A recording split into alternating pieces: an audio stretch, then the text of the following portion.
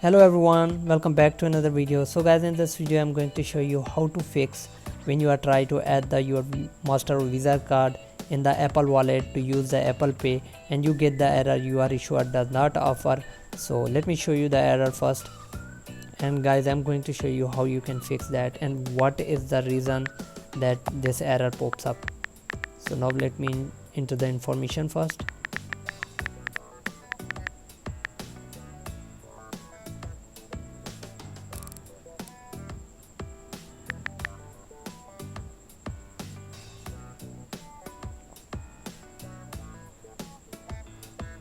So guys, here is the error. As you can see, your issuer does not yet offer support for this card.